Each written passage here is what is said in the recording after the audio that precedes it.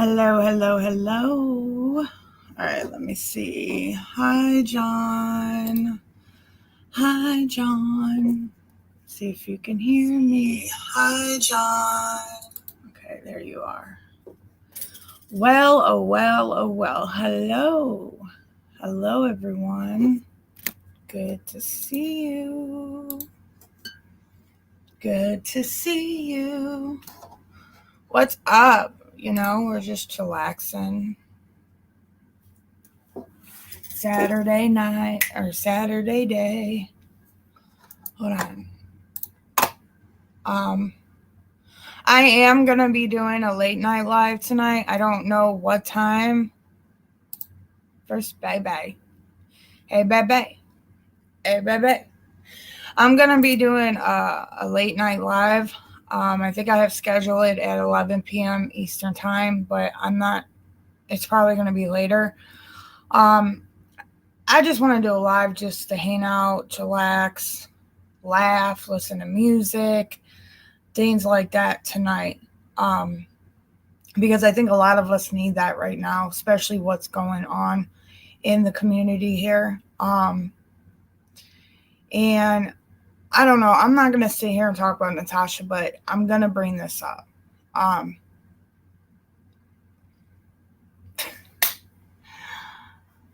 I'm just saying karma is a bad girl. Um, she comes when things are needed, especially when you have done people so dirty that karma is going to bite you in the ass. And usually some people that are narcissists or have borderline personality disorder or whatever, it's always about them, but not me. And I wanted to speak about mental health today. I think mental health is a big part in the community here that I feel like we need to speak about. So hi, NC the Flea. Good to see you. I believe mental health is, we need to talk about it, and people matter. There's a lot of people who harass and bullied here on internet, and I was on both fences. I used to bully or harass, or I was getting bullied and harassed. So I know, like, on both ends of what's what. So, so I really want to talk about this mental health aspect of things. I'm glad you guys are here, John and NC the Flea. It's so good to see you guys. I know I scheduled this live at 11. Maybe I need to, like, seriously keep my fucking scheduling time right, because I will schedule it a couple days beforehand or the night before, and then I just don't go on the time that I pick it. That's why I always do it. I always schedule my times around 2:30 or 3:30 or something like that, so I can actually be up and be here for it. I really thought I was gonna get up in the morning, and clearly I didn't. I got up after the time I was supposed to go live, but I really, really needed the sleep. I haven't really been sleeping well, things of that nature. Um, I didn't go to bed till like 3:30 this morning. Just laying in my bed watching movies because I couldn't sleep at all. Um, but there is so much shit going on the YouTube streets right now, and honestly, a lot of them sound like they have bigger balls than what they say they are. Um, the ones that sit there scream the loudest are the ones that are afraid and fearful the most. And I do believe that. Um, there's a few of them that I really, really, really, really want to call out. Really want to give it to them, but it's not my forte. It's not my part. I kind of just leave them where they're at, because the shit they were saying, I have never in my life since I've been on YouTube, have seen the most disgusting, the most nastiest women on here in my life. And I've been around a lot of people that women didn't take care of themselves. Women talked like trailer trash, things like in the nature of that. Like, but these girls hit the cake. Like, they'll sit there and talk about bullying and harassing and all these things, but they turn around and just pick on one person and then go along with the flow of it. But in the same sentence, they're sitting there crying because they're getting picked on. It makes no fucking sense to me. It really doesn't. They talk about how they don't talk about children, but they're talking about people's kids.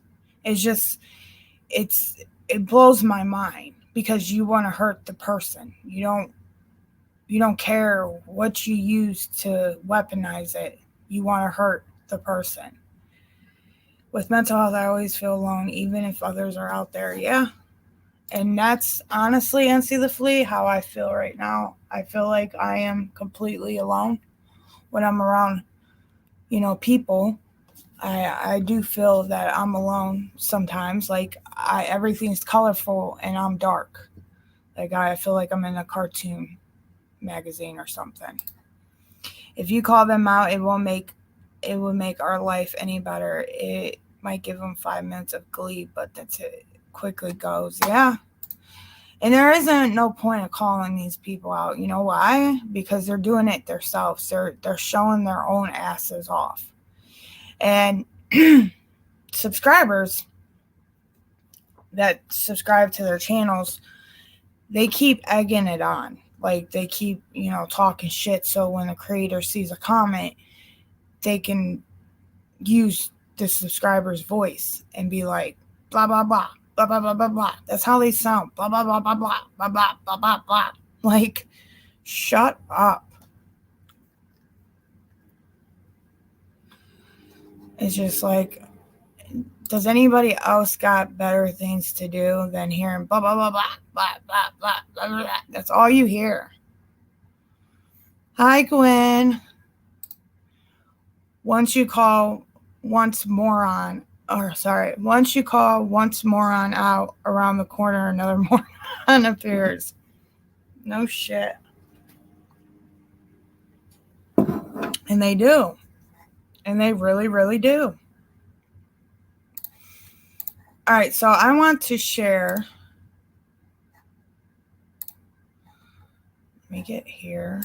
If you guys can still hear me without my avatar, let me know.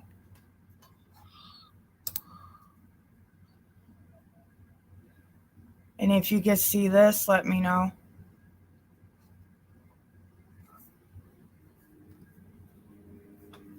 Ain't none of my mods here. So you guys be good. You guys be good. John and Gwen, be good. Press 1 in the chat if you can still hear me. Let me know if you can see this. Thank you, Christine. There's my mod. So I'm going to talk about mental health and that you do matter no matter what. And I think this is very important, and I have to take it in for myself also. Like, practice what I preach, per se, because if not, then what am I telling you guys for, right? So I'm rebuilding my mental health also. I'm going through a lot of changes in my life right now, and that I have to rebuild my self-care, my self-esteem.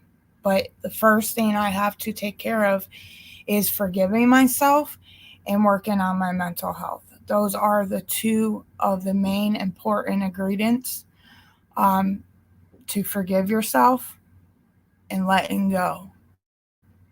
And it's very hard for me to forgive myself in some areas with myself. So this is what we're going to talk about today. So if you guys care, you guys can chit chat out in the side chat. You guys can talk to each other. If you relate to something, say it. If anything, because when somebody, like, it's so much better if there's like a group of people that be like, yeah, I agree, or this is what I'm feeling like, and I feel this way, and somebody else is probably in the background watching this and scared to come forward because they're terrified. Well, I'm just saying, don't be terrified. If you want to come in, there's no judging here, and talk to other people, because it's so good when there's somebody else that has feel the same way that you feel or went through the same thing you went through. It's a beautiful, beautiful relationship that grows together in the mental health community. The water is very plain. Sparkling water can help. Okay. Well, I gotta get some water. Also, like, I have to start drinking water too. Because all I do is drink coffee and pop. And I believe that's where all of my sugar is coming in. So, all right. So, 10 things you can do for your mental health. Try these tips to keep your balance or rebalance yourself. 1. Value yourself. Treat yourself with kindness and respect and avoid self-criticism. Make time for your hobbies and favorite projects or boredom your horizons. Do a daily crossword puzzle, plant a garden, take dance lessons, learn to play an instrument, or become fluent in another language. So what I do with valuing myself is I paint. I haven't been doing it for about a couple of weeks now because I've just been in such a bad depression, kind of, in a way. So my mental health is kind of like really acting up, and in a way I kind of just put myself in these rabbit holes of things to get out of self, to look outside of myself, like don't even focus on myself. And the more the days go by that I get up and look, try to look in the mirror in a way, it's getting better. But I have to one day face my inner self. I got to face and look at myself in the mirror and be like, you're worth it. You can do good things like that. And sometimes it's really hard. Even having 2.5 years sobriety, it is super hard for me still. Like, and life took me by the balls, and like things happen this way. Hi, Janine. Hi, Cinder Ever. Good to see you guys. Welcome. So, value yourself. I paint. I put my emotions and thoughts into this painting. And you cannot mess up art. That's the same thing with yourself. You can't mess up yourself. You can always start your day over, even if it's like you woke up in the morning, you had a shitty morning, and went into the afternoon, your afternoon went into night. You could start your day anytime during the day. Anytime. Like, that's the best part. And I did that yesterday. I was such an irritated, like, mood that I was like, oh my God, I can't wait to get out this shit. Like, I wanted to cry. I don't know what was going on. I was just mixed with all these emotions and things like that.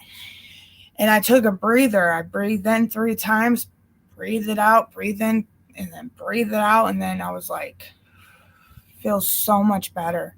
And then I reached out to someone that I know I can trust and talk about my issues, because I know if I hold in my issues and whatever's going on, I'm going to lash out. And that's the thing. I will lash out. And it won't be nice. So value yourself. 2, take care of your body. Now, this is a hard thing for me because I've gained so much weight that I got this, like, I got to go to Family Dollar and I'm getting me a book. And this is a true thing.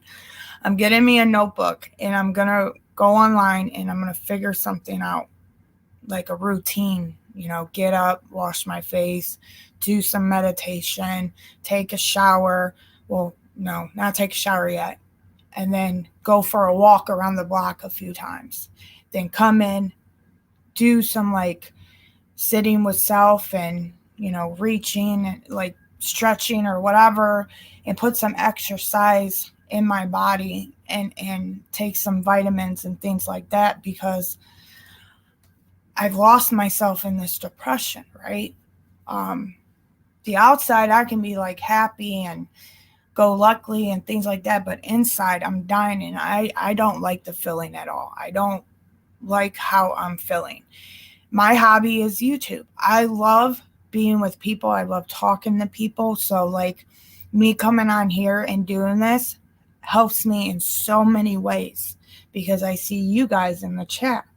Hi, Ariana, and hi, Janine. And I'm just happy. This is a happy place for me when I do my YouTube.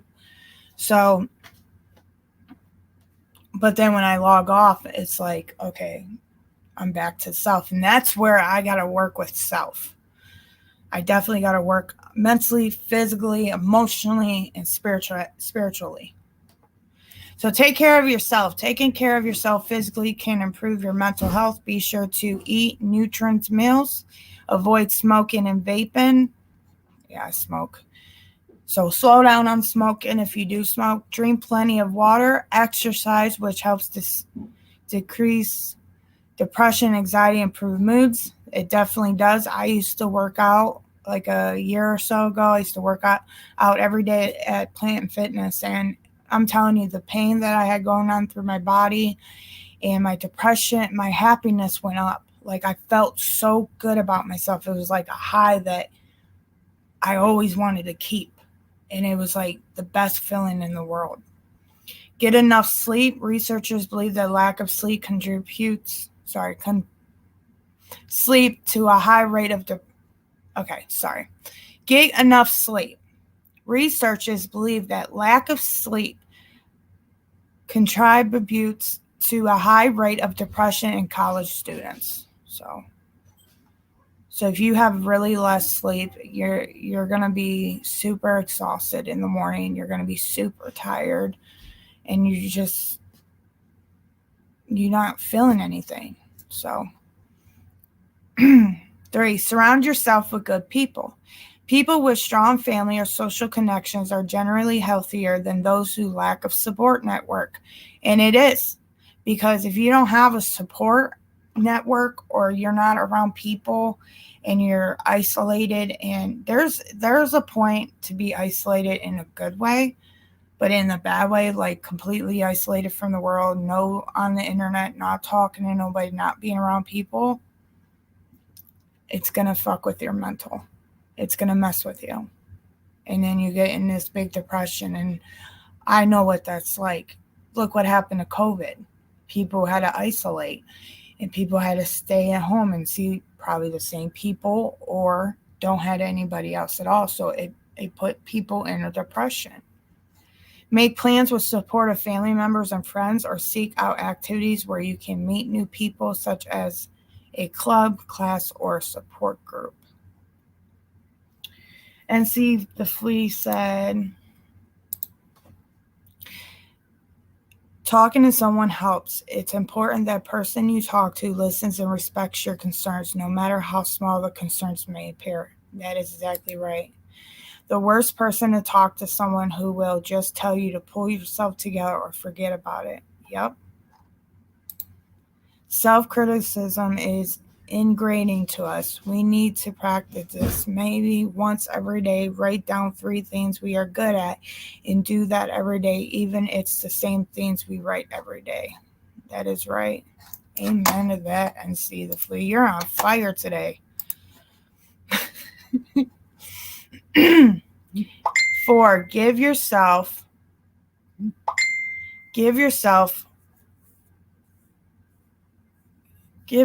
volunteer. Okay, hold on, guys. Give me 1 minute.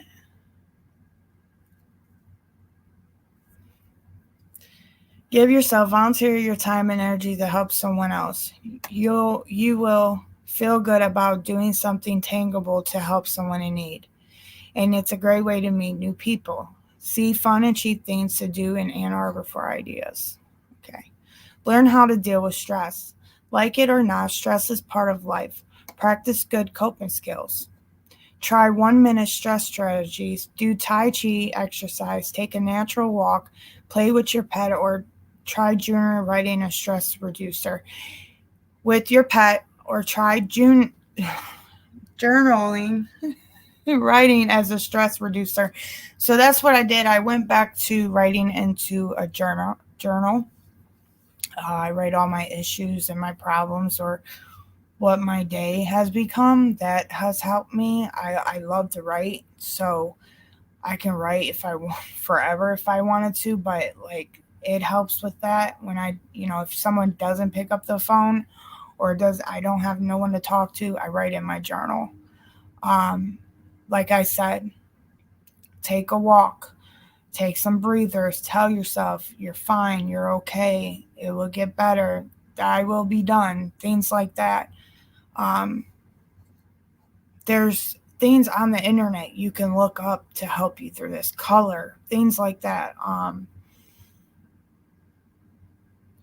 Being around positive people will boost everything up. Also, remember to smile and see the humor in life. Research shows that laughter can boost your immune system, ease pain, relax your body, and reduce stress.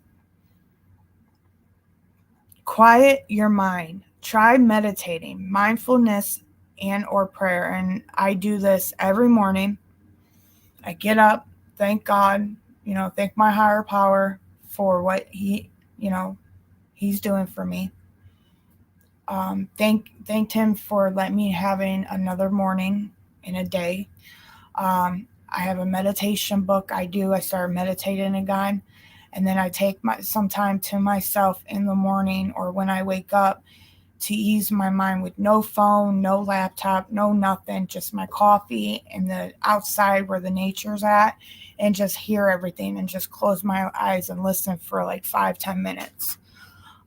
If you have to start small, you can do a 1 minute, 3 minute, 5 minute, whatever, so it can help you. And try to do this every day for like 28 days. And if in those 28 days, you'll start having a pattern, it'll just come natural to you. That's the best way to do it. Relaxation exercises and prayer can improve your state of mind and outlook on life. That is true. In fact, research shows that meditation may help you feel calm, enhance the effects of therapy. Try to get connected, see spiritual resources. And there's a lot of things on here that a lot about spirituality. There's so much to read on what spirituality is and what can it do for you, and what can meditation and prayer do for you, things like that.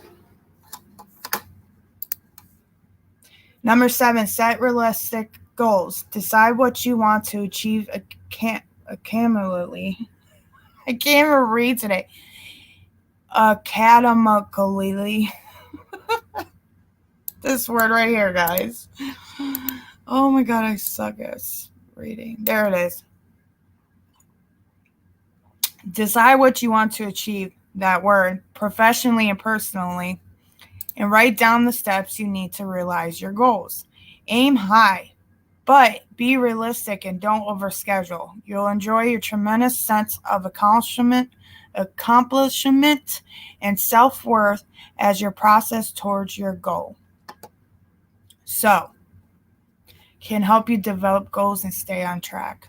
So that's what I do. I do about 5-6 goals a week.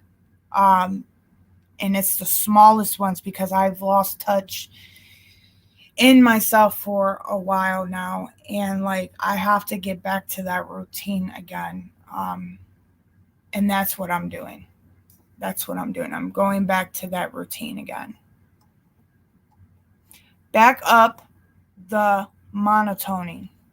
Although our routines make us more efficiency and enhance our feelings of security and safety. A little change of pace can spark up a tremendous schedule. After your jogging route, plan a road trip, take a walk in a different park, have some new pictures, or try new restaurants. So pretty much is change it up. Like, don't do the same thing every single day. Try in that once a day, try to change something. Or if you do it for a week, try to change one day differently.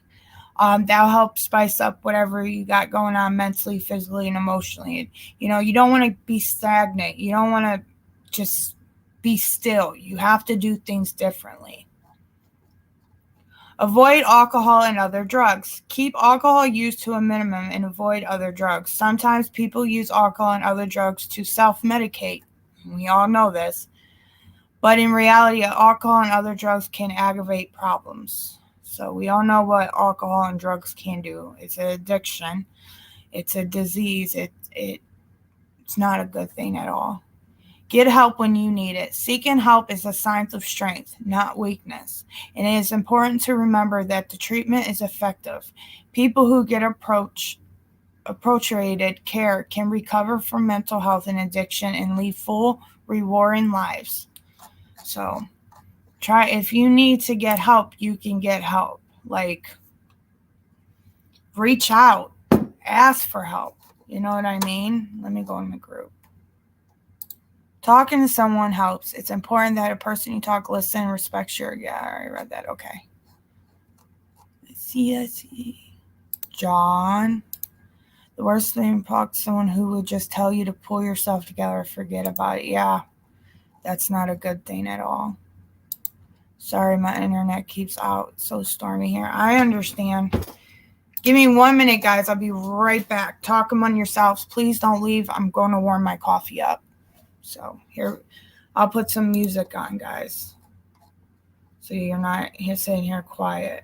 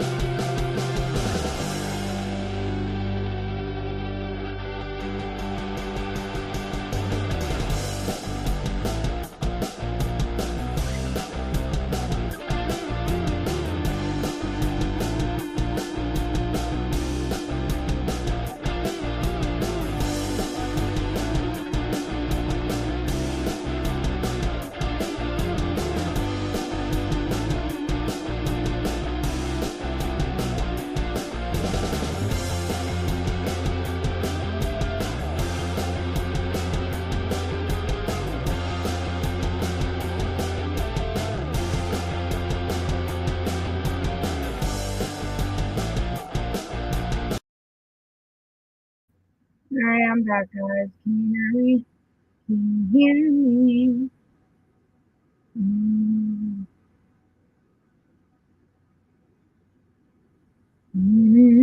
Can you hear me?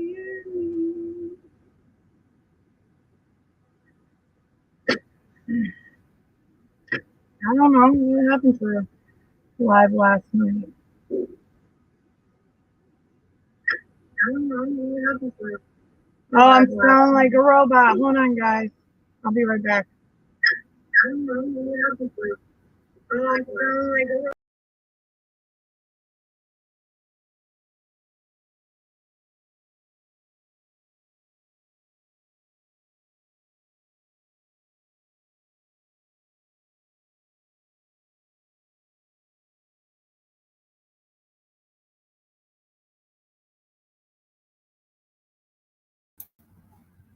Do I sound better?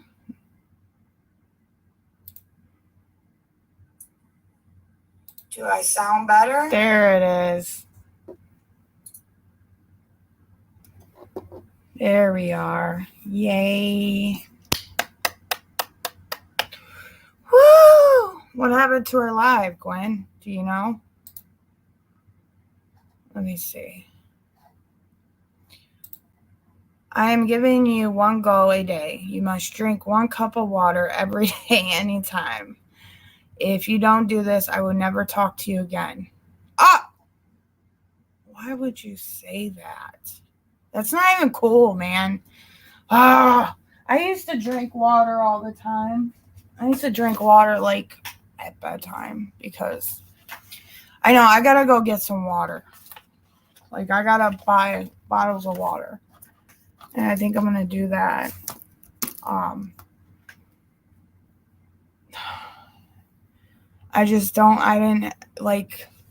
I don't have a way to the store, and where I'm at, the store is not even close to me.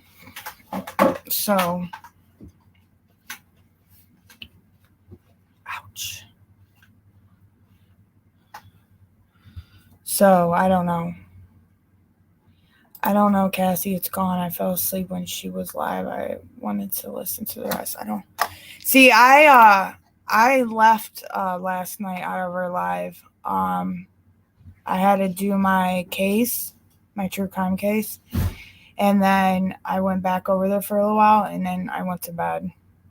I tried to went to bed. I was laying down. I put a movie on. I watched the movie, and then I don't know. I got into the movie, and somehow it was like 3:30 at night, and I fell asleep. Is the tap? Yeah, the tap water's fine. I just like bottles for some reason. Hi,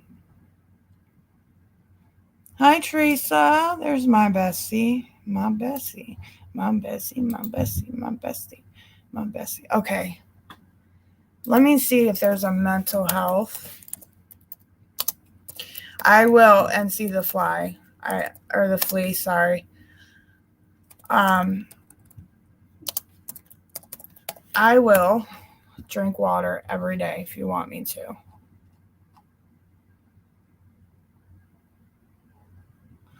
Okay, I need to ask a question from the group if you guys can, okay? All right, let me make a poll real quick. And I want to see if you guys can answer the poll real quick. All right, give me 1 minute. I'm going to do this poll.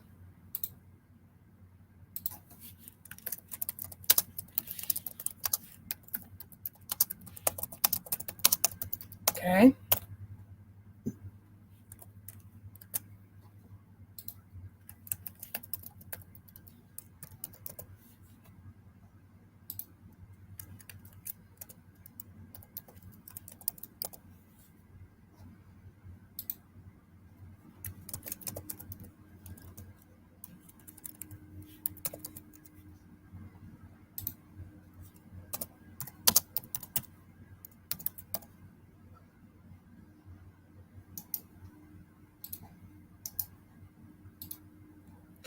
All right.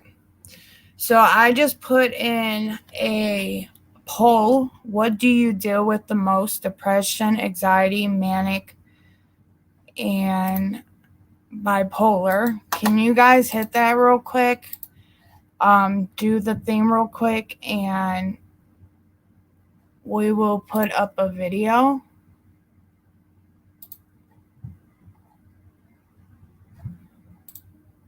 I'll give you guys like 5 minutes to do this, and then we'll look up a video, like a TED Talk video. We'll just stay here. Okay. Well, I understand that, NC the flea. Just what's the one you battle with the most? Okay?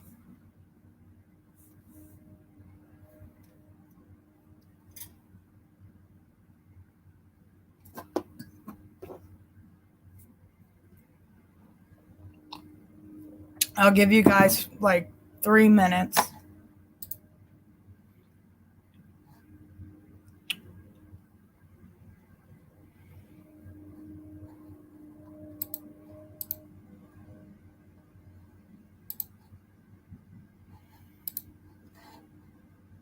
Okay, and see a flea. Thank you. You went to sleep at 9 or 10 a.m. God, you were up all night, Teresa? You were up all night?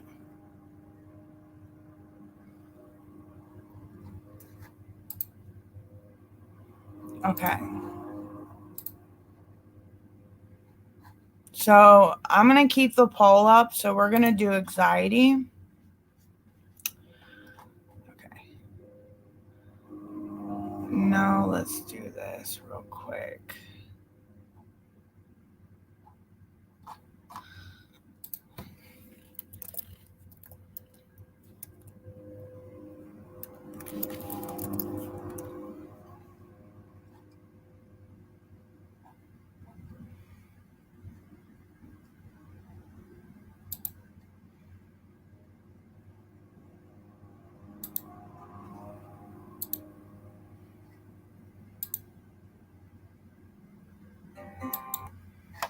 Okay.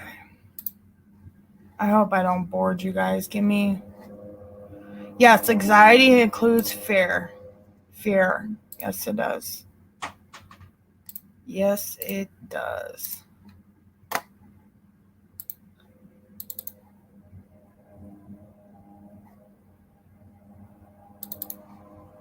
Okay.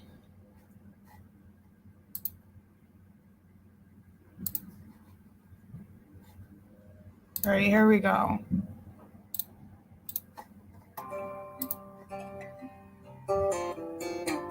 Hi, I'm Drew Redding, the program therapist with Methodist Hospital Specialty and Transplant Behavioral Health Services. And you might be feeling a lot of anxiety, especially in this day and age. Hold on, guys. That's not the one I'm looking for.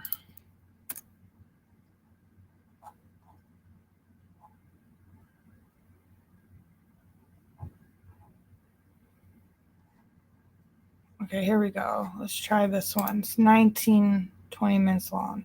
If your body is feeling drained and weak all the time, you need to stop taking supplements.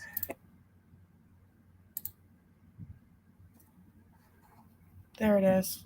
What I want to tell you right now, whether you are 10 years old, a high school student, a university student, whether you're a professional in the middle of your life, or whether you're older than that, it does not matter. Depression and most mental illnesses rob us of our self-esteem and our confidence.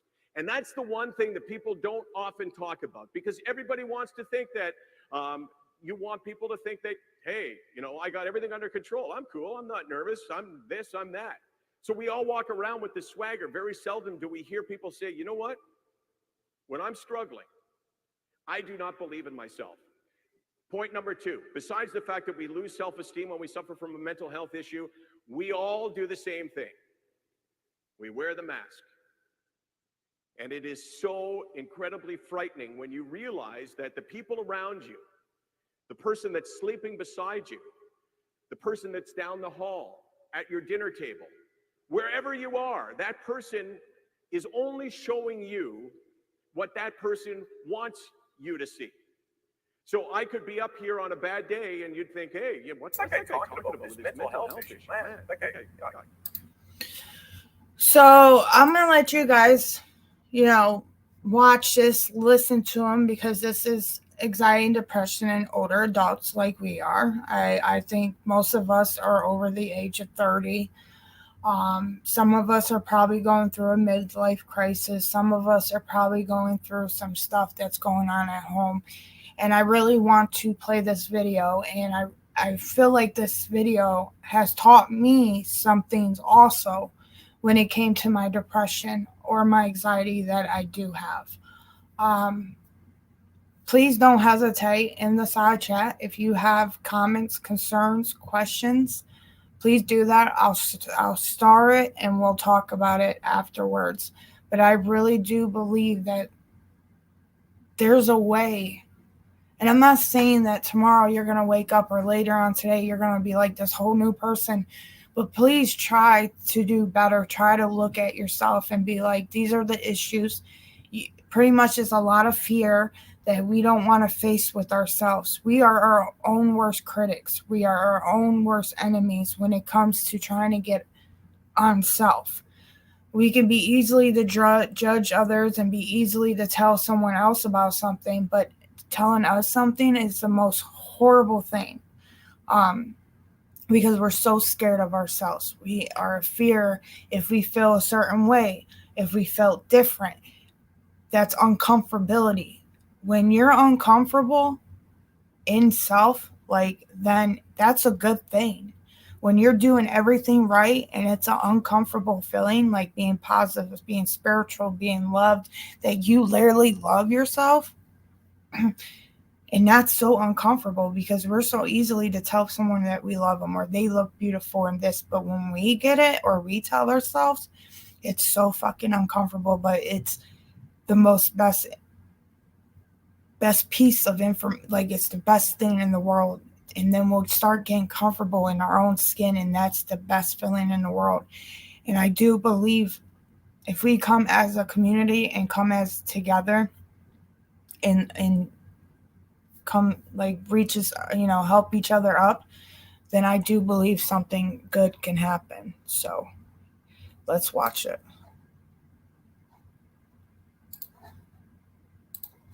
Doesn't seem to have that at all. He's not depressed. We wear the mask. We show you what we think you want to see. I have suffered from a mental health issue for 18 years. I've suffered from anxiety most of my life. But 18 years ago, I had a major fall into the hole that I would refer to as depression. That deep, dark hole, when you look up, you can't see anything. And you can't imagine any possibility that you could make it up there. To me, the hole was, if you look up at the ceiling at the top there, could I climb up there? No. If you told me the only way I could survive was to go up there, I would think I'm dead. And that's what I thought 18 years ago. I thought I was dead. I thought my life was over. Because in a lot of ways, my life was over. Because a day spent severely depressed is no better than a day that you are dead. The only difference is that you can come back from a bad day. So 18 years ago, I get hit by this thing. But it doesn't hit me like bam, like that. Depression is more the cumulative effect of little changes. So for me, it was like a little tap on the arm that I didn't even know was happening. A little tap on the arm. And if you do this enough times, you will bruise yourself. And after a couple of days of doing this, it'll start to hurt. I mean, it's not really realistic. I mean, you'd have to have other problems going on if you're doing this for 2 straight days. But the point is, you don't notice one tap, but you notice 1,000 taps.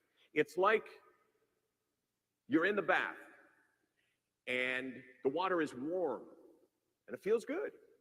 And you think, wow, the water's warm. It feels good. I'm not a bath guy, by the way, just so you know. I'm not. So I don't want to be perceived as being a bath guy, but I have taken baths before. And the water, all of a sudden, you feel it and you think, it's kind of cool. What happened? You didn't notice it changing. You notice the cumulative effect of tiny, tiny changes. And that is depression. One day I woke up and said, oh my gosh, I'm thinking back. What happened to me? The person I was is gone. The person I am, I don't want to be. That's what depression did to me. It took me, Michael, and replaced me with me, Michael. And I hated that person. I hated that person because that person could experience no joy. That person had no belief in himself. That person, all the things that Michael wanted to be, wanted to do with his life, that person couldn't be. And that is at the heart of mental health issues. That is at the heart of depression. It robs you of who you are and replaces you with someone else. And the worst thing about it is, it makes you feel like it's your fault. So now you've fallen into this hole. And I'm in this hole and I'm looking up and I'm thinking, how the hell am I going to get out of this hole? There's no way I can climb up there.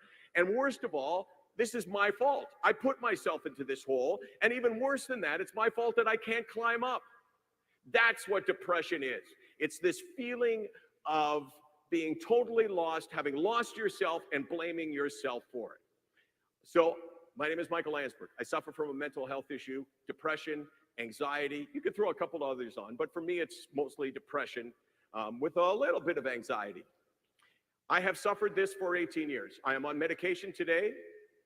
I will be on medication tomorrow, and I will be on medication the rest of my life. Those are words that you seldom hear people say in front of a crowd. And that's one of the reasons why I want to be here tonight, because I want to say it. I want to say it a few times. I want to show you that I'm not ashamed. I'm not embarrassed. I am not weak. And if we as a society could believe that, if everyone thought, mental health issues are exactly like physical issues, like the difference between Parkinson's and depression is we call Parkinson's a brain disease and we call depression a mental illness. Why is that? I got a buddy, he lives in Niagara Falls, Steve Lutzing, played in the NHL, coached the Tampa Bay Lightning. He has Parkinson's. He has a brain disease, but I got a mental illness. I want a brain disease. I don't want a mental illness because you don't know what a mental illness is. I don't know what a mental illness is. So I think as a world, as a society, if we could all do simply this. I have this thing. I'm not ashamed of it. I'm not embarrassed by it. And you know what? I'm kind of proud of the fact that I'm willing to get up here and tell you about that. If we could do that, then we would all go for help. Then we would all get out of the hole, or at least we would have the best possibility of getting out of the hole. How many of you struggle with a mental health issue like I'm talking? Whoa, that was like, people usually this is the way it is. Hands up, like really slowly, like looking around. So let me ask you again, how many of you struggle with a mental health issue like I do? Well, this is the most honest room that I've ever been in front of, and it does my heart good. All I want from people who say, hey, what can I do for you, Michael? I know that at times you have really struggled. What can I do when you're in that position? Really what I want is I just want you to say, I don't understand what that's like. And therefore, I won't propose to understand. And it won't make sense. So, NC the Flea, I know that feeling. I find all this overwhelming, so I put off the changing. Like, when it's very, very overwhelming feeling like, oh my God, like, I remember last week, okay, I had an anxiety attack, like, and I think it went into a panic attack, but it didn't last very long. It probably lasted for like 5 minutes. I was just full blown with anxiety. I couldn't stop fucking moving. My legs, I was like shaking. I felt like I was twitching kind of in a way. And like, I felt like my chest was so heavy and the room was getting so like, I don't know how, it felt like I was tripping in the way. If you ever took like anything tripping drugs, if you did, like how the room gets really bright and then it gets really small and things just look so much bigger than what it is. And like, I was just like, I didn't know how to calm down. And then I was getting scared. I was getting fearful because it wasn't coming down. So I got into this like quick, a minute pretty much of a panic attack. And I started grounding myself. So this is what I did. I put my feet on the floor and I closed my eyes and I take a couple deep breaths. Like I had to force myself to take a really deep breath in and out, and then another one in and out. And like I said, okay, what do I feel right now? With my eyes closed, because I couldn't see anymore. I didn't want to see how the room was closing in. And so I started feeling things around me. And then I'm like, what do I hear right now? What do I smell right now? Things like that. What do I taste? I mean, I wasn't tasting anything, but it was part of it. And then I did it over and over again for like a couple minutes. And then I started to slow down. I started to come down off the anxiety that I was having. And then 5 minutes go by and I'm starting to breathe. And then the heaviness was still in my chest. So I just kept doing it. It felt like I sat there forever, but it was just a moment of like, okay, Cassie, what just triggered that, you know? And sometimes nothing could trigger it. It just came out of nowhere. And I've been getting these episodes for a while now. And I think it's a lot of, whatever I'm going through stress wise, because sometimes I feel like there's no hope. There's no light at the end of the tunnel. Things there is, because I've been in situations like this and I know it gets better. But at one point, that when I had that anxiety attack, I felt like it was a never ending, and it was never going to stop. So this is why mental health is so important, and why people need to talk about it to stop the stigma, like for it to just come together as a community and be like, well, if this happens, do this. So we don't have to self-medicate from it. There's nothing wrong of reaching out and picking up that phone and be like, I need help, because we all need help. We all need to reach out. Everyone does matter in everyone's life. And like, if you don't have anybody, you matter to me, Don't just give up, Teresa. Just NC the Flea and Teresa, just don't give up. There are people here will reach out and help and grab your hand. Well, can't grab your hand, but here to help. Like, my email is always across my screen. If anybody needs to talk, I'm here. So please, you matter. Like, I know it's so overwhelming, but we can get through this together. We can. I really do believe we can get this together. You are not the one ashamed because you have a mental health. Like, I hate when people are like, well, you're the one with the mental health issue. You need to deal with it. Like, no.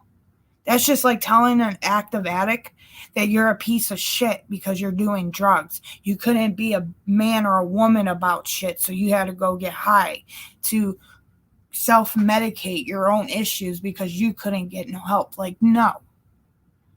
You matter. No matter what.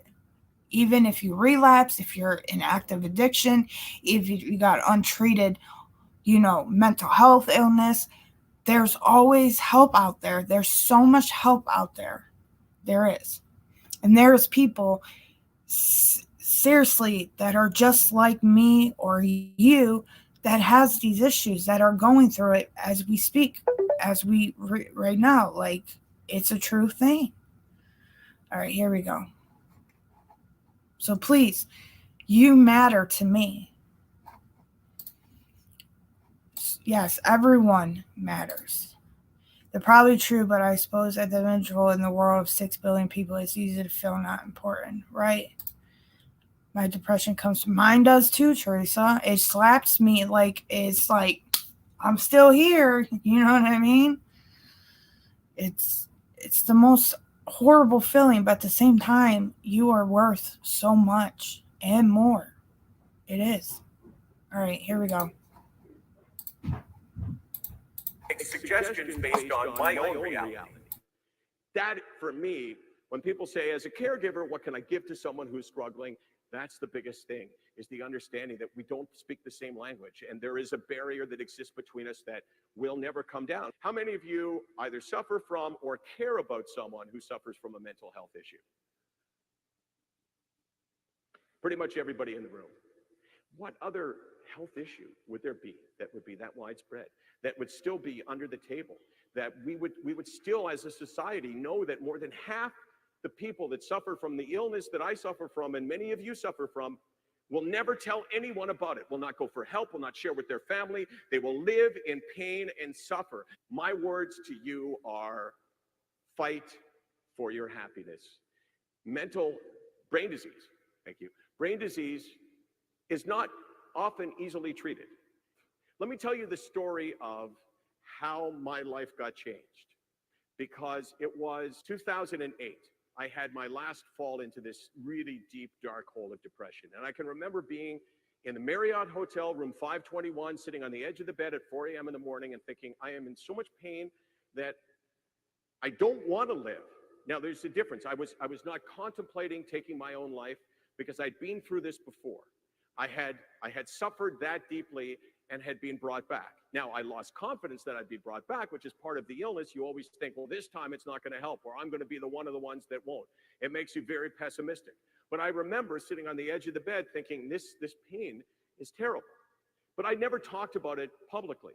Everybody in my life knew. My family knew, my friends knew, people at work knew, but I never talked about it on TV. I never used the platforms that I have to be able to talk about it. And in 2009, we had a guest on the show who was a former Montreal Canadian. Anyone familiar with the name Stéphane Richer? So Stéphane Richer was a guest on Off the Record. I'd never met him before. We had a chat outside our green room. I said, look, Stéphane, I've never met you before. You don't owe me anything. But I know that in the 1990s, you suffered from depression. And I'd like to ask you, if you're okay, how you're doing. And he thought about it. And I'm going to pause now because this pause and this whole scenario changed my life. I said to him, well, if it make you more comfortable, when I ask you, I'll share with the fact that I too have struggled. Okay, we went on the air, we talked for maybe 90 seconds tops. Maybe it was less than that. The next day, I start getting emails. And the emails say essentially the same thing. Michael, I'm going to tell you something I've never told anyone before. I've been suffering from depression or anxiety or undiagnosed something for 6 months or a year or 5 years or 10 years. And one person sent me this message that said, I've suffered all my life, and my dad suffered all his life, but never told anyone. But I'm telling you because I saw you on television talking about your own struggles. And you didn't seem ashamed, and Stéphane Richer was talking about his problems. He didn't seem embarrassed, and he sure as hell didn't seem weak. So now I have the confidence to share this with you. So I have a number of different roles in my life. I'm a family doctor, as Michael mentioned. I'm a family doctor to my patients. All right, so I think a lot of us issues stem from childhood and our parents. If our parents, the people who brought us into the world, make us feel unimportant, that it's hard to feel important as an adult. And I understand that feeling. I think a lot of it, and it's trauma. And see the flea, we have a lot of trauma with how my life was from my childhood and up. I have a lot of trauma. So I didn't get help until I was 25, 26 years old. When I actually was honest, I mean, I went to psych doctors and all that, practically since I was 14, 15 years old, just, get on something because, I started doing drugs at a young age. So I did a lot of doctor shopping, and I really, didn't work on my mental health. I mean, I knew I had some issues, but I didn't know that I had a mental health illness until I was like 25, 26 years old, because I kept self-medicating myself from all the trauma that I went through. And I didn't want to talk about it. When my brother died in 2012 from brain cancer, that's when stuff really was diving in, and what shit was really going downhill for me. So I don't know. I just told one day I was in the psych ward, and my mom was like, you need to get honest with, the people. Like, you need to get honest with them, and so they can know what's really going on with you. And I said, okay. And the biggest step I ever did was get honest with a psych doctor so I can get on some type of medication to help me with the trauma. And yes, I've been through so many medications trying to figure out, which medication does help me. Now I'm okay. Like, I'm on the right medication. But people need to understand, when you are taking medication for a mental health illness, it only helps 50% of the problem. It doesn't numb you. I mean, it helps you with your brain waves and things that you think about, but you have to put the action in it. You can't just say, well, I'm on mental health medicine. It's, it only helps up to an extent to help you with your mental health. You have to do something for yourself as an action, like, exercising, getting out of self, helping someone else, paint, do a hobby, take care of yourself, self-care, tell yourself you're worth it, you're beautiful, you're all these things, because if not, you're not doing no action in it, then what's the point? You think things are going to slap on your legs and be like, here it is, your life is going to be perfect. No, you have to learn through your mental health. You have to research your mental health. You have to put some type of action to have a healthy life. And those are the things I struggle with, because I reached to that point in my life that I took my medicine and I was very happy and I loved life. And I was just, there was nothing really that made me upset or mad. I mean, I would get a little pissy here and there, or if someone like relapsed or someone close to me as a family like got on my nerves, I would get upset a little bit, but it didn't cause my day. It didn't make me mad all day, because what I did is I put the action in it. There is counseling, like counseling is an action. So you could talk your problems out and then hold in, because if you hold in all those problems and you're on top of taking your medication, you're going to feel like shit, emotionally wise. And in your mental, you're a hamster on a wheel and it keeps going and going and going. I mean, you have to try to put the action in it, and it is. It's definitely baby steps. There's so much out there you can do to help you. Like, you can go to group counseling, like be in a group of other people just like you. Go to meetings, things like that. Yeah, so the thing is, guinea pigs, yes, they used me as a guinea pig because they were trying to find the right medication to help. And then I find out later, antidepressants is not my thing. It puts me in a different negative, it flips on me. I get more angry or more anxiety, more anything. It just makes me I'm a different whole person. So a mood stabilizer is what helps me. They have testing, Teresa, out there, and it's in every state. They have a genetic testing, they call it. If you talk to your doctor or whatever, it's called a genetic testing. And what it does, it swabs your mouth, and they use that saliva as DNA, and it shows what meds will work for you and what meds wouldn't. So it breaks down and it makes it easier and when you talk to your psych doctor and when you talk to a counselor, you have to be 150%. You have to put it all in. You can't just play with it. You literally have to be all in so you can get better each day and do what your counselors tell you to do and what work to do with it. So,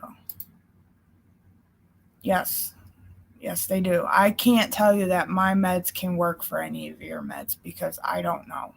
I'm not a doctor, or a counselor or whatever. Like for me, I'm going back into groups again. Like I'm going to do group counseling again. And I think it's beneficial for me because there's other people like me going through the same situation I'm going through. And I need people there to help me and guide me and put me in the right direction. So, Teresa, I can help you out and give you I can tell you what they have helped me with, and I hope it helps you with. And I'm finally in a way in my life that I'm ready to feel better. I'm done feeling like this. I want to not have it constantly. It's like having a best friend. It's in my back pocket. It's in my book bag. It's next to me. It's not going anywhere. And I'm ready to throw it in trash and take it away. Like, it's so freaking hard. But me talking about this is helping me much more than anything else, because this is one of the main things that has messed with me for the past 6 months is my mental health. because I allow things to bother me. I allow people to come in my serenity, things like that. Know your worth. You are matter. Yes. Yes. All right, let's watch the rest, or watch some of it and then talk. So if you're not my patient, just call me Doug. I'm also a father to my children. I'm a husband. I'm a friend. I'm a son. I am a brother. I'm an uncle. A lot of different things, right? And in each of those roles, I can promise you that I've had failures and I've had successes, as all of you probably have in a number of different roles in your lives. And the one consistent thing I will say, in the brighter moments, whether they're attached to a success or a failure, is they always had something to do with me acknowledging that I didn't have all the answers, that I needed help. So if you're an older adult living with a mental illness in our society, you've got two problems according to societal norms. You're aging and you have a mental health issue. And you are susceptible to a large degree of discrimination and stigma for those two reasons. People may act differently towards you. They may speak differently to you. They may project the idea that you are less whole than me because you're older. You're less whole than me because you have a mental illness. Somehow you're damaged. I'm going to challenge that thought related to aging. Being older somehow means you're less capable. That is categorically false. And here's the proof. I'm 44 years old. If you're in this audience and you're 84, you've lived on this planet 4 decades longer than I have. You've acquired more knowledge and more wisdom than I have had an opportunity to acquire. You've made more relationships. You've had more successes and more failures in your life than I've had a chance to be touched by. And somehow you're less whole than me. That's an odd way to think about aging. 70% of adults that are living with mental illness today say that they had symptoms before the age of 18 and they didn't tell anybody about it. We heard a story about that tonight. And interestingly, 40% of the parents of those adolescents. So Teresa, I have a lot, like, that has happened to me. I quit a counselor a long time ago, like before I had this one. The thing is because I wasn't okay with myself, to be honest, with my counselor. So for this is just my experience. So I had to build a relationship with my counselor, like start with the littlest things, like what I don't like and what foods I ate. Like you're trying to talk about another relationship because you have to grow a relationship with your counselor.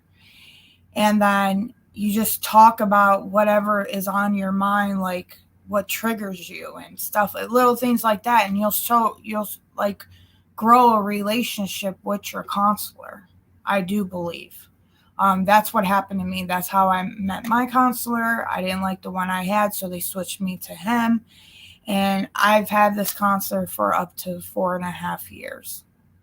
So, he knows everything. I just started open up to him. It took me a long time to open up to him for the things that is going on in my life now. Because I had no ambitions pretty much to even go to his office. There was times I just didn't stop and I made up excuses and lies why I didn't go there, you know. But when I finally did open up to him and I finally told him what was going on, he's seeing why I didn't go to these appointments or why I reschedule all the time. So I think it takes time to build a relationship with a counselor because he's a stranger and you don't know him from Adam and Eve. So I do believe if you find the right one, you will open up. You will.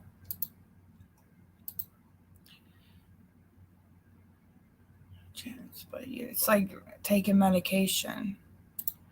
Mine would ask how you doing, and I would say fine, and that would be about it. I get it, because my counselor does the same thing. He'd be like, how are you? And I'd be like, great. What's going on? what's been going on? That's what he would say. And then I'll just like, da-da-da-da-da, da-da-da-da. It was just nonstop. It wasn't worth the cost of terms of appointment, but I felt I was holding back and changing. Yeah. Me rather than, right. I understand that. I agree. Finding the right therapist may have a few attempts. Yes, it does. It's just like your mental health meds. All right, here we go. Say that they would never under any circumstances tell anyone in their life, including their own doctor, that their child was suffering from a mental illness for fear that they'd be stigmatized against.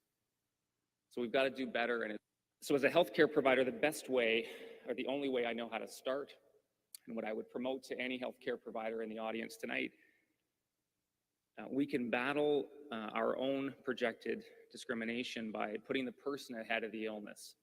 Make a connection with the person behind the diagnosis. Do your best to find out who that person is. I said I would talk about depression, anxiety, and aging. Those are three words. One of them is a diagnosis. One of them is a symptom until properly categorized, and I'll explain that.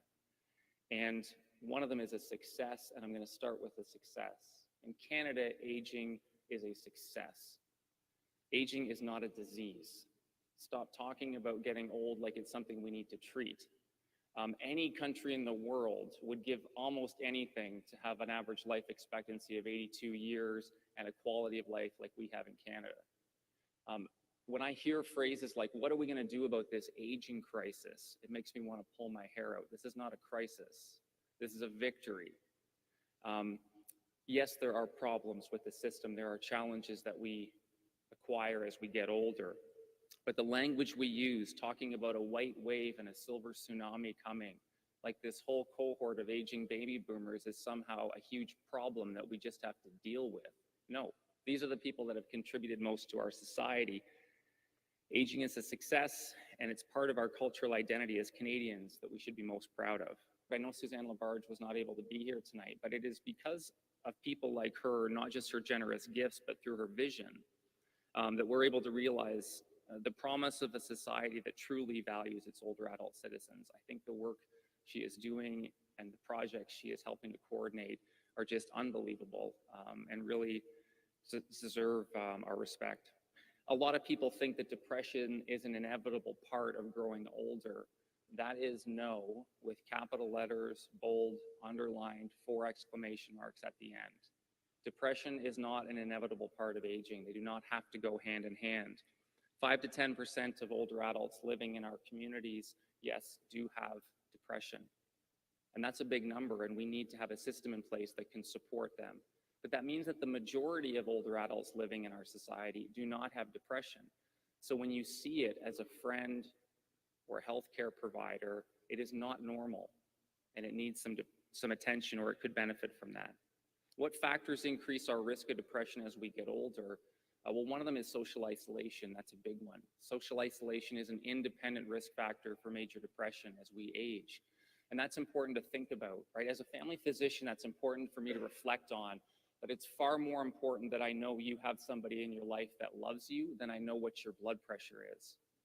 Another big factor, risk for major depression as we get a little older, are the accumulation of medical conditions. So if I've had a chronic disease like diabetes or cancer, heart disease, if I've had a stroke before, these are all things that are going to exponentially increase my risk of depression. So be on the lookout. And interestingly, cure rates exceed 80%. So what's the relevance of identifying people who are suffering with depression in older adult years is that there's treatment available. And it may involve physical activity and nutrition, medication. It may involve individual or group counseling, mindfulness-based stress reduction, yoga. There are all kinds of different treatment options that might suit you and suit your individual needs. And we can't access them if we can't find you. Why is it so hard for me to pick up in my office? Well, depression looks a little bit different in an older age group. Older adults tend to express their emotional pain more as physical symptoms, and we need to be on the lookout for that as well. Transforming our system doesn't just mean our healthcare system, it means the way our society is.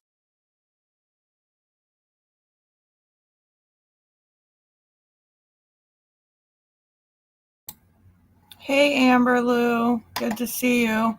So he was just talking about for like women over the age of 50 and stuff with depression. So let's see, is there something else? Maybe this will help. Hold on.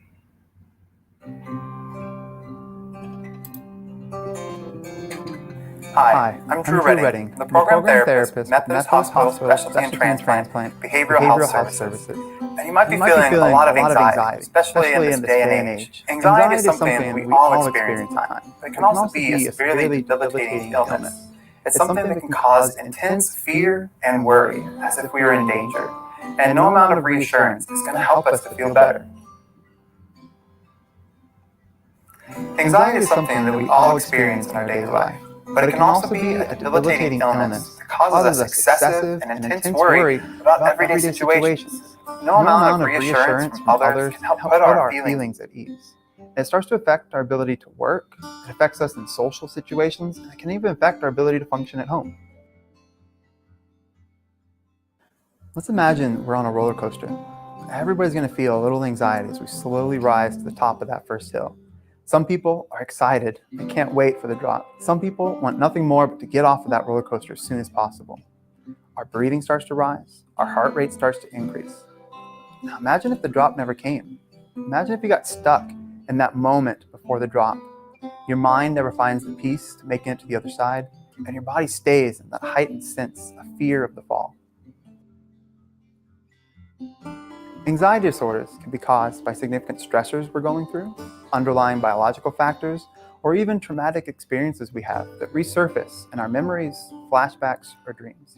These factors can trigger our fight or flight response. It's a part of our nervous system that helps us survive in dangerous situations. It can cause our heart rate to increase, our temperature to rise, our stomach to turn into knots, and our muscles to really tense up in preparation. Unfortunately, it also turns off our higher level of thinking. In a dangerous situation, there's no time to think. We just have to react. We often try to cope with anxiety by just avoiding the problem altogether. But does that really help the anxiety go away? Or does it just sit in the back of your mind, waiting for the next opportunity to pop up? Like any problem in life, we really have to learn to face these issues. That's the only way we can find relief. To cope with anxiety, we really want to first focus on skills that help us settle our body. And then we can start working on thinking our way through the problem. We can do things like deep breathing exercises, splashing some water on our face, or just slowly clenching and releasing different parts of our body to start releasing the tension that builds up with anxiety. If we can settle our body down, then we can start learning to challenge and confront those stressful and anxious thoughts. Some people use anti-anxiety medications to help settle their body down.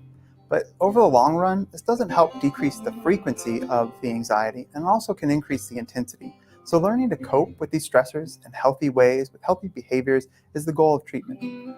Drugs and alcohol can also affect the neurotransmitters in our brain and prevent us from being able to regulate that anxiety on our own.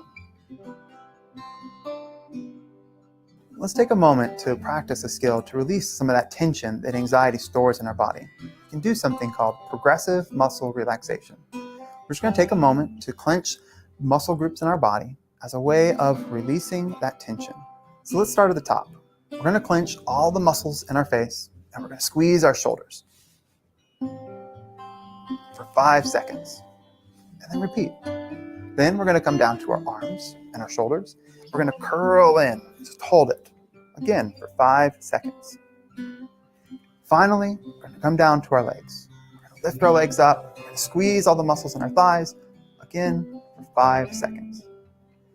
And as you release each muscle group, I hope you find that tension and that anxiety starts to release from your body as well. Anxiety disorders are often not taken very seriously by our society. People feel ashamed and want to try to handle the problem on their own.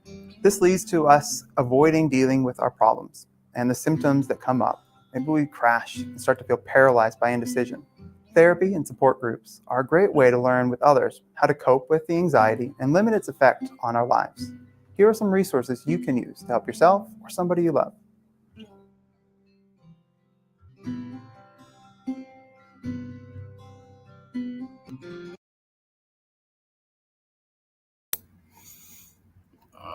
The auto's fine. I have it played on my phone, so I think things are okay.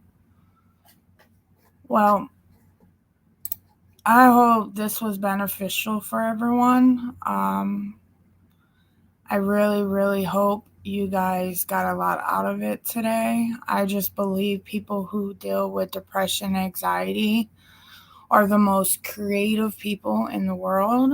They are very important people. A lot of people who deals with depression, anxiety, deals with it all in different ways. Everyone has their own path of, their own mental health.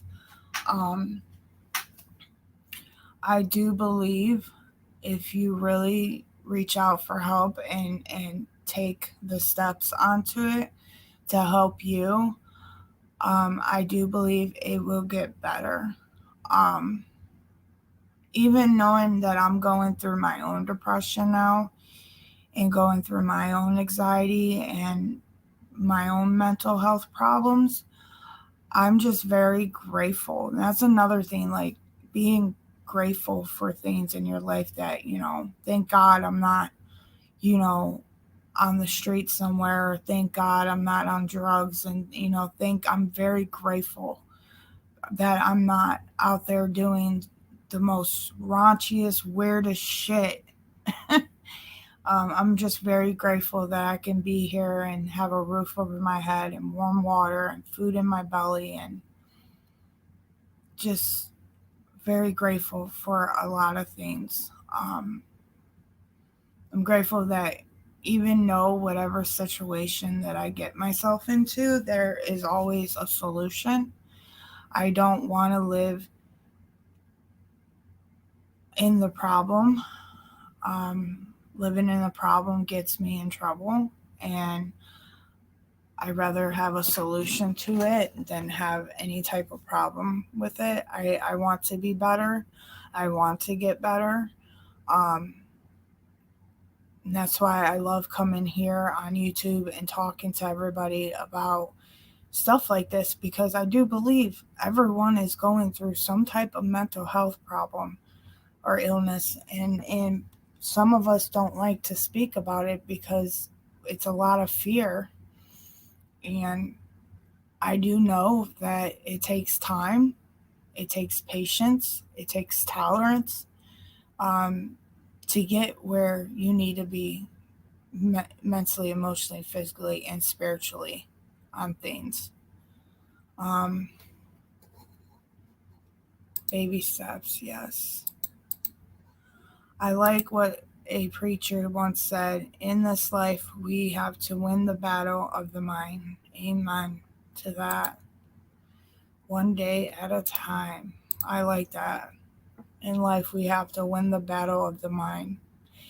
And whatever your life is what you make it. And I know that sounds so bad, but that's somebody once told me, like, sometimes it's very not controllable. Like, it's very uncontrollable. Like, you can't take it away. Like, it just sits there and just stays there. And honestly, like, sometimes it never stops. It never ends. But I do know if I keep focusing on the positivity and the solution and what I need to do, then it will get better.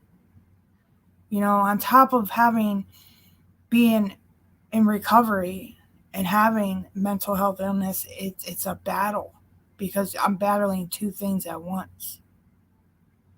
And it gets very tiring.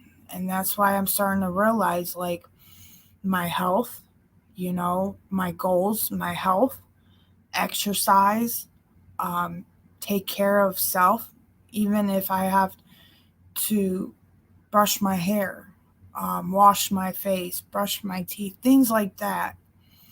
I'm doing some type of self-care for myself. Hi, Willow. So, I don't know. I will be back on tonight. I'm doing a late night live, so in case anybody wants to come by. If you guys can email me, anybody. manextremexm@gmail.com. If anybody wants to email me, and if you want to come up on panel later on tonight, we can just hang out and have fun on a panel and listen to music and talk shit. I'm so for it. I'm for it all the way. I think we need to have some laughs and funny talks and stuff like that, and just to hang out. So, all right, guys, I'm going to go. Thank you for all being here. Christine, NC the Flea, Teresa, Gwen, John, Willow for coming in late, Janine. Let me see who else was here. Janine, Sinner Ever was here, or Cider Ever. Thank you for all being here. I appreciate it. I hope this helped to anyone. I know it helped me. I will drink 1 cup of water for you, NC the Flea. Promise. I will drink a cup of water. So be kind to yourself and others. It doesn't cost, it's free. Don't let anybody tell you anything different. You are worth it. You are beautiful. You matter to me in every way. You matter to the community here. You matter to the channel. I'm always an email away if anybody needs me.